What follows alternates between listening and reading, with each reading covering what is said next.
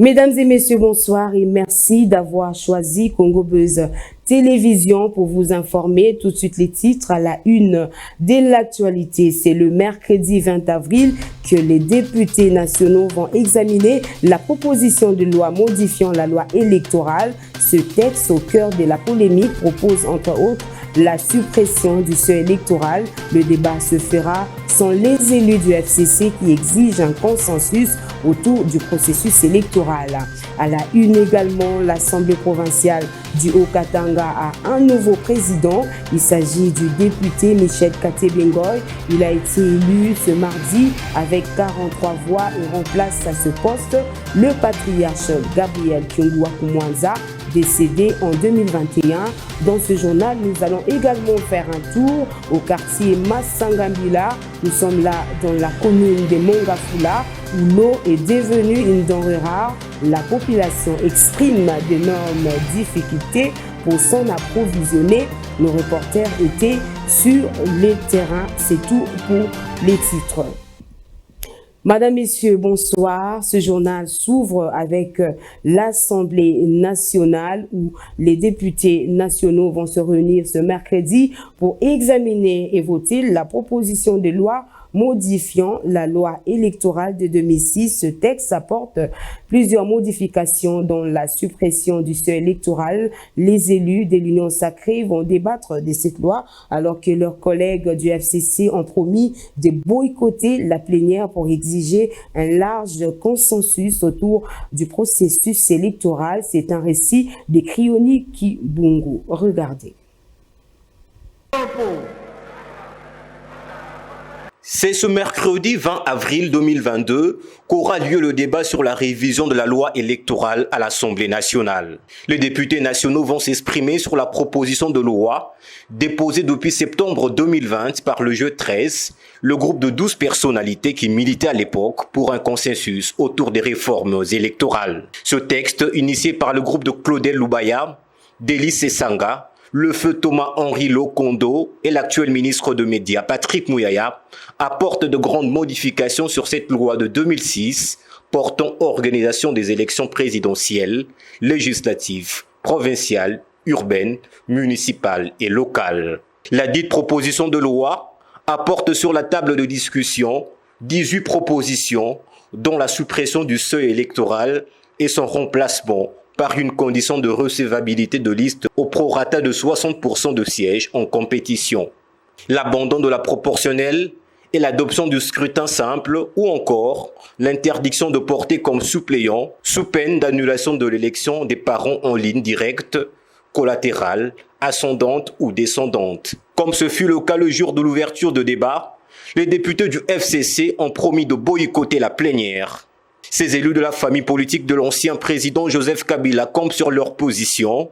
Ils exigent un très large consensus autour du processus électoral. Tout comme la MOUCA, les députés du Front commun pour le Congo estiment que le débat sur la loi électorale doit se faire en dehors du Parlement. Une option que rejettent leurs collègues de l'Union sacrée de la nation qui les accusent de vouloir bloquer la machine électorale en vue d'obtenir le dialogue pour un partage du pouvoir. On ne quitte pas encore les couloirs de l'Assemblée nationale. Sachez que le président Christophe Mbosso est de nouveau visé par une pétition des déchéances. 140 signatures ont déjà été récoltées par les pétitionnaires. Christophe Mbosso est accusé d'entretenir un désordre au sein des commissions et des groupes parlementaires. Les signataires de la dite pétition lui reprochent également la mauvaise gestion des débats autour de la représentation nationale. Nos reporters ont promené leur micro dans les rues de Kinshasa pour savoir ce qu'en pensent les Kinois. C'est un reportage d'Esther Pinda rendu ici par Krioni Kibungu. Regardez. Dans les rues de Kinshasa, les avis restent partagés au sujet de la pétition initiée contre le président de l'Assemblée nationale, Christophe Mbosso Kodia. Pour certains, cette initiative parlementaire est une pure distraction visant à déstabiliser les institutions de la République. Aujourd'hui, il y a encore une autre émotion contre le président de l'Assemblée nationale, ce qui n'est pas du tout une bonne chose pour la stabilité, n'est-ce pas, du regroupement du président de la République, l'union sacrée de la nation. Moi, je pense qu'il faudra que nous puissions, n'est-ce pas, prendre garde et surtout suivre l'exemple du président, qui est un homme qui n'est pas conflictuel, et essayer un peu de faire en sorte que toute action qui soit accomplie au niveau de l'union sacrée de la nation puisse concourir au bien, au développement et à l'envol de notre pays et même à la stabilité même de notre pays. Donc, ça vient de commencer. Il y a une sorte, n'est-ce pas, de vent qui est en train de souffler et ces vents-là semblent être soutenus maintenant par les FCC et les autres membres de l'opposition. D'autres, par contre, saluent la démarche des députés pétitionnaires. Nous avons constaté que l'Assemblée nationale est devenue un lieu de théâtre rempli par des personnes non qualifiées, alors que la Chambre basse est le temple de la démocratie où les sujets des débats doivent porter sur ce qui est important pour le pays. Nous voulons voir des routes asphaltées, l'est du pays sécurisé et que chacun se retrouve financièrement.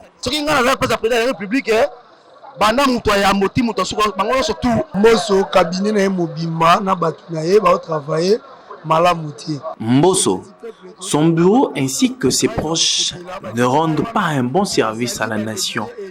Le petit peuple souffre énormément. Je souhaiterais que les députés que nous avons votés se rallient aux 100 pétitionnaires. Ils sont beaucoup plus nombreux que ça. Qu'ils encouragent les autres afin que Mbosso soit déchu. Signalons que parmi les griefs retenus contre le speaker de la Chambre basse du Parlement figure notamment une mauvaise conduite de débat, mais aussi un désordre dans le fonctionnement des commissions et des groupes parlementaires. Parlons sécurité à présent. Vous le savez, les députés nationaux ont prorogé lundi pour la 22e fois l'état des sièges dans les provinces du Nord Kivu et de l'Ituri. La plénière s'est déroulée sans les élus des provinces concernées. Ces derniers ont décidé de ne plus participer aux plénières consacrées à l'état des sièges. Ils exigent la requalification de cette mesure d'exception prise par le chef de l'État. Un reportage de Jemima Bolumbu rendu ici par Deborah Ouamba. Examen et vote de... En dépit du boycott des élus de l'Est de la République démocratique du Congo, la plénière de ce lundi 18 avril de l'année en cours autorise pour la 22e fois la prorogation de l'état des sièges en Ituri et au Nord Kivu. Au total, 314 députés sur 317 présents dans la salle ont voté pour cette proposition de loi du gouvernement pour cette mesure d'exception dans ces provinces en proie à l'insécurité. Autour des avancées quant à l'état des sièges décrété depuis le 6 mai 2021 par le chef de l'État, un élu s'est exprimé face à la question. Nous avons en tout cas tous salué la décision du chef de l'État de mettre en place l'état de siège qui avait comme objectif de ramener la sécurité et la paix à l'Est pour la province du Nord Kivu et de l'Ituri. Malheureusement, il est constaté que malgré l'état de siège, nous continuons à déplorer chaque jour des morts dans tous les territoires de nos deux provinces respectives.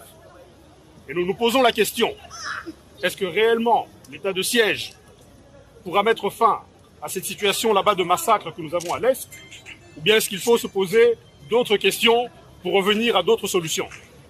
Les députés du Nord Kivu ont toujours insisté, et de l'Ituri, que oui, nous soutenons bien sûr nos forces armées, qui doivent avoir toute une, je dirais, un soutien logistique plus approprié pour combattre ces bandes armées, mais nous ne comprenons pas qu'après tous les mois où l'état de siège a été mis en place, et malgré les massacres qui continuent, on continue à insister que c'est la seule solution.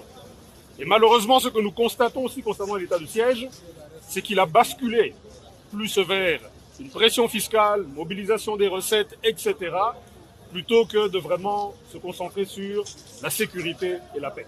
Signalons par ailleurs que cela fait déjà plusieurs mois que l'état des sièges a été décrété en Ituri et au Nord Kivu, mais sur place, il n'y a pas de changement.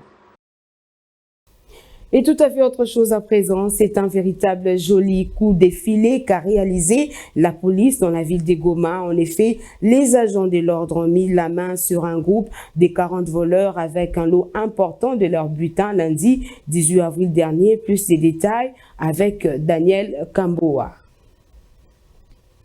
Des soi-disant 40 voleurs avec leur patron.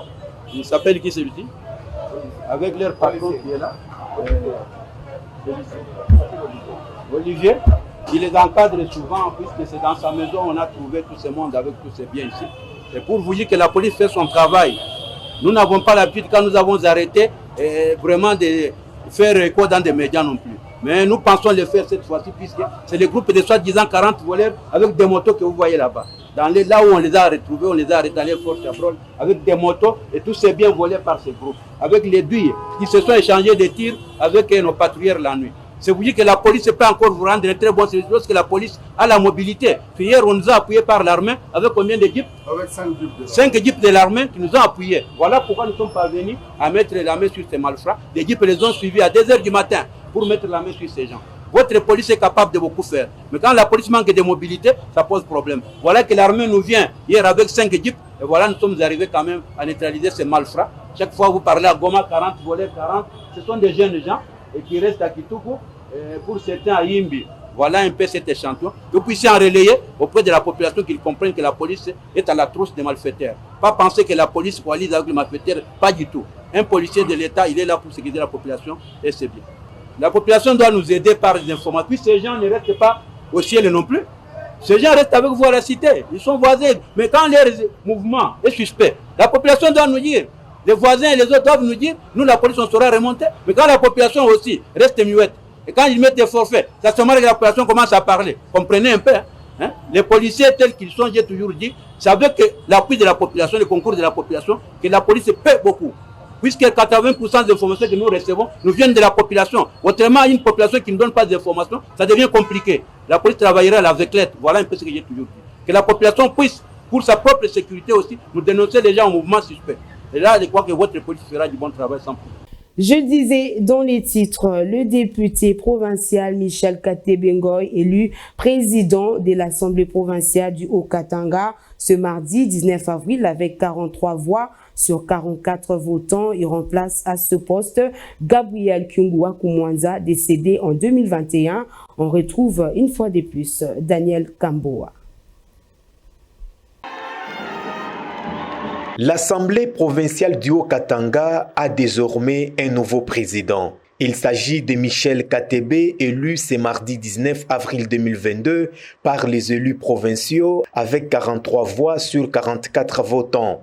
Il succède officiellement à fait Antoine Gabriel Kyungwa Kumwanza au perchoir. C'est le rapporteur de l'Assemblée provinciale Thomas Lupata Moulembi qui a remis les marteaux à Michel Katebe, élu d'Ekasenga et cadre du parti politique Ensemble pour la République de Moïse Katumbi Chapwe. Pour rappel, 2 candidats étaient en lice, à savoir Michel Katebe pour les comptes de l'Union Sacrée et Dempe Mbamoto, aussi membre de l'Union Sacrée. Les troisièmes, à savoir Ngoy Wangoy, avaient désisté en dernière minute. Ainsi donc, l'Assemblée provinciale devra organiser l'élection du vice-président resté vacant. Après l'élection de Michel Katebe, qui était élu vice-président de cet organe délibérant lorsque Kyungwa Kumwanza était président. Ainsi donc, l'Assemblée provinciale devra organiser l'élection du vice-président resté vacant. Après l'élection de Michel Katebe, qui était élu vice-président de cet organe délibérant lorsque Kyungwa Kumwanza était président.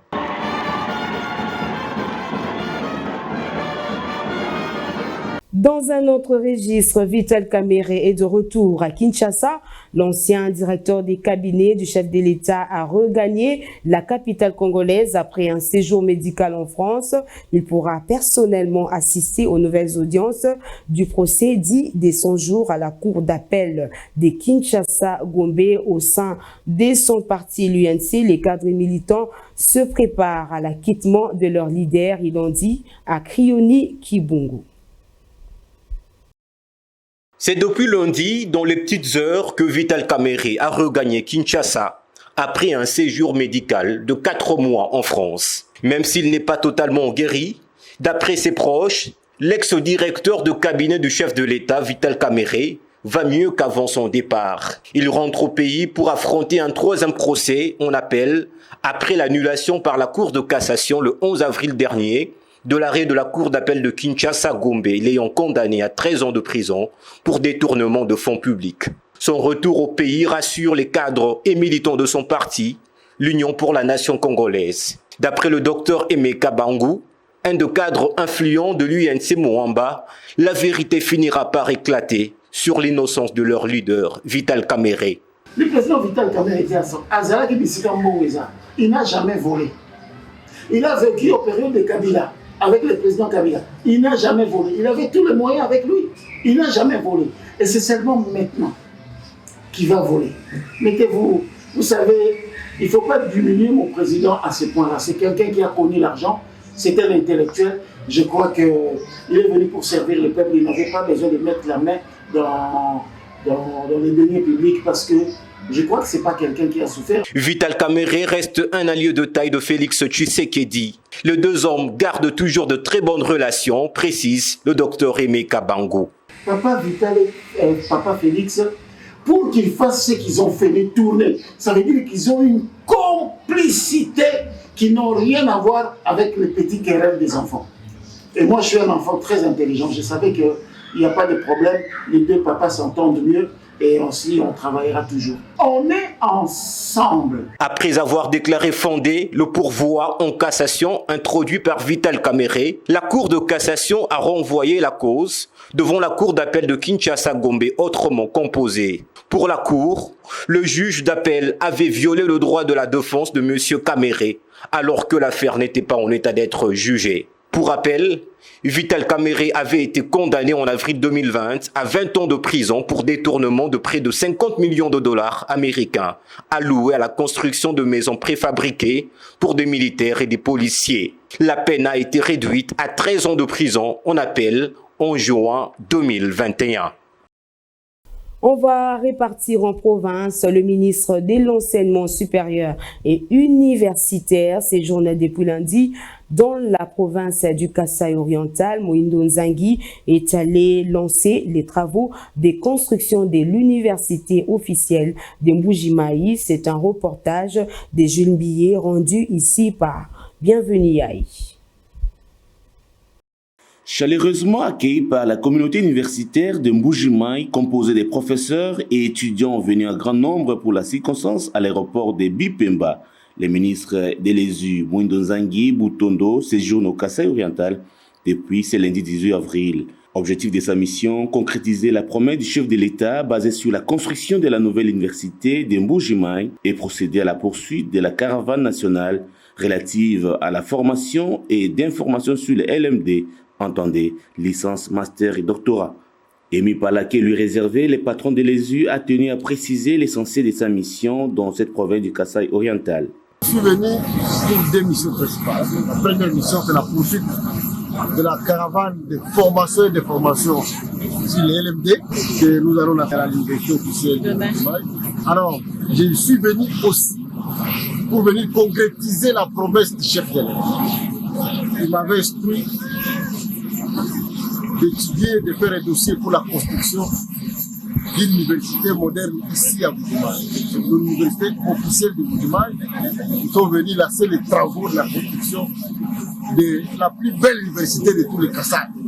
Face à la communauté estudiantine de Mbujimayi, ce lundi 18 avril, Moïndo Nzangi Butondo a décliné la détermination du gouvernement de la République quant à l'amélioration du social des Congolais. Aujourd'hui, vous avez maintenant des belles constructions. Nous avons augmenté les frais. Avec les salaires, les prix pour les enseignants, déjà à partir de ce mois d'avril, et pour le conseil de l'université, on leur offre une mobilité. Qu'est-ce qu'on peut faire de plus? Voilà. Mais ça va venir avec fatigue, ça va faire quoi? Après la visite des établissements de l'ESU de la ville de Mbujimayi, les ministres a tenu une grande réunion avec les chefs d'établissement du Grand Kasaï jusqu'à 22h. Nous avons eu une très grande réunion conviviale où ils ont posé toutes les questions Et nous avons répondu pour essayer de voir comment améliorer la qualité des services que nous rendons à la population à travers l'enseignement supérieur universitaire. Parce que beaucoup d'établissements n'ont pas d'infrastructures appropriées. Et nous avons essayé de leur dire que nous arrivons pour lancer les travaux pour l'IOM. C'est pas encore suffisant puisque tous les autres aussi doivent avoir. Et nous avons demandé au chef d'établissement de gérer avec rationalité les frais de construction qui sont payés par les étudiants. Sauf imprévu, il rentre à Kinshasa avant la fin de cette semaine. Dans un autre registre, le ministre de l'Urbanisme et Habitat, déterminé à récupérer les biens immobiliers de l'État spoliés, le communiqué a été rendu public le 18 avril 2022 par son conseiller politique et en charge de la communication, Jules Kidinda. Les détails avec Déborah Wamba. Dans un communiqué signé le lundi 18 avril 2022, Jules Kidinda, conseiller politique et communication du ministère de l'Urbanisme et Habitat, a rendu public un bilan à mi-parcours de la récupération des biens immobiliers du domaine privé de l'État. À en croire ces communiqués concernant la cession des unités de logement du patrimoine immobilier du domaine privé de l'État, il faut avoir 3 documents ci-après. L'autorisation de la haute hiérarchie, l'acte réglementaire qui matérialise l'autorisation sous-évoquée, ainsi que l'acte administratif d'attribution. Poursuivant l'assainissement dans ces secteurs, le ministre Pius Mwabilou atteste qu'en cas d'absence de ces 3 éléments, il y a défaut de consentement de l'État et en conséquence, toutes les autres opérations se faisant sur les dos de l'État ne peuvent être considérées comme des manœuvres consacrant la spoliation.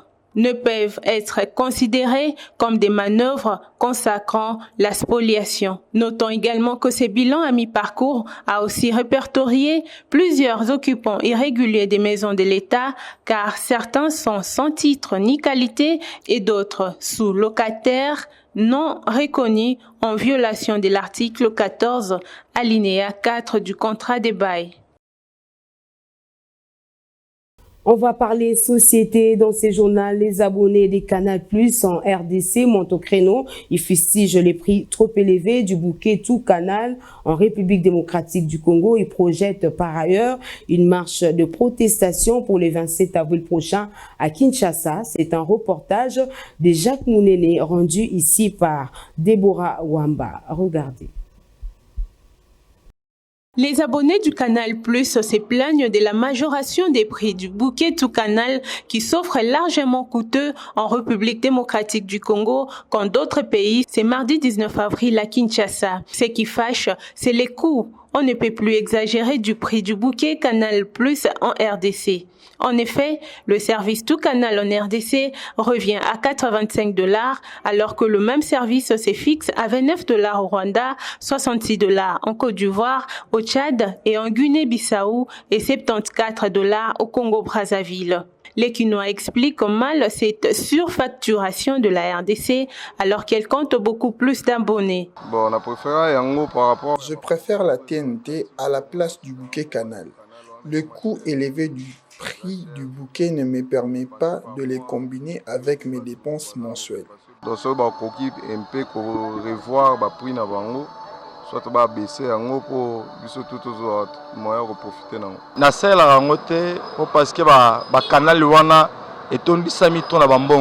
Je n'utilise pas Canal Plus car leurs services sont trop coûteux. Dans un pays pauvre comme le nôtre, la tarification doit être moins coûteuse pour permettre à tout le monde de l'avoir. Contacté par notre rédaction, un agent de Canal Plus qui a requis l'anonymat explique. Nos taxes à nous, que nous payons en RDC et au Rwanda, on n'est pas vraiment dans la même fourchette. Dans les pays anglophones, nous payons un peu moins que les pays francophones parce que le taux de pénétration dans ces pays anglophones est trop bas par rapport à nos produits. C'est plus les taxes qui nous posent problème, mais à l'interne, nous sommes en train de réfléchir comment couper ou bien bannir l'offre-là de Tout Canal. Entre-temps, une campagne de mobilisation s'est lancée dans les réseaux sociaux pour l'organisation d'une marche de protestation justement sur cette question. Société encore, je le disais dans les titres, s'approvisionner en eau potable, un véritable casse-tête au quartier Massangambila dans la commune de Mongafula. Deborah Wamba était descendue sur les lieux pour les comptes de Congo Buzz Télévision. Regardez. Il est 8h30, la vie commence au quartier Massangambila dans la commune de Mongafula. Depuis près de 2 semaines, la population de ces coins n'a pas accès à l'eau potable. L'eau, c'est la vie, dit-on. Elle joue naturellement un rôle important dans la vie de l'être humain. Les travaux ménagers comme la lessive, la vaisselle, le bain et d'autres travaux de l'activité humaine dépendent principalement d'eau. Cependant, accéder à cette denrée devient un parcours du combattant à cause de la non-fourniture régulièrement de la régie des distributions d'eau à travers plusieurs quartiers de la capitale. Pourtant, la Régie des eaux présente à la fin de chaque mois des factures exorbitantes au-delà même de la bourse des usagers. Quelques habitants du quartier expriment leur ras-le-bol à notre micro. La difficulté d'eau existe réellement à Mongafula. Nous avons un sérieux problème d'eau. Un bidon de 25 litres revient à 250 francs congolais. Que les autorités nous trouvent une solution, s'il vous plaît. En dehors de 250 francs, il y a des frais de transport à payer. Voyez-vous? Une solution doit être trouvée, s'il vous plaît. Nous achetons de l'eau tous les jours. C'est pratiquement difficile puisque nous payons au forage et la régie des eaux aussi. Nous payons doublement la facture. Face à cette pénurie d'eau, la population, hommes, femmes et enfants, se bouscule tôt le matin devant des points d'eau communément appelés forages pour se procurer d'eau, un bidon de 25 litres négocié à 250 francs. Signalant que l'approvisionnement au niveau du forage se déroule souvent avec des tensions et querelles. Ce journal est terminé, mais avant de nous quitter, voici le rappel des titres. C'est ce mercredi que les députés provinciaux vont examiner la proposition de loi modifiant la loi électorale. Ce texte, au cœur des polémiques, propose entre autres la suppression du seuil électoral. Le débat se fera sans les élus du FCC qui exigent un consensus autour du processus électoral. Et puis, l'Assemblée provinciale du Haut-Katanga a un nouveau président. Il s'agit du député Michel Katebengo. Il a été élu ce mardi avec 43 voix et remplace à ce poste le patriarche Gabriel Kundu Wakumwanza, décédé en 2021. Enfin, nous avons fait un tour au quartier Massangambila dans la commune de Mongafula où l'eau est devenue une denrée rare. La population exprime d'énormes difficultés pour s'en approvisionner. Le reporter était sur le terrain. Ce journal est complètement terminé. Si vous l'avez aimé, dites plutôt merci à la grande équipe rédactionnelle qui a concouru à son élaboration. Passez une très belle soirée en compagnie de nos programmes.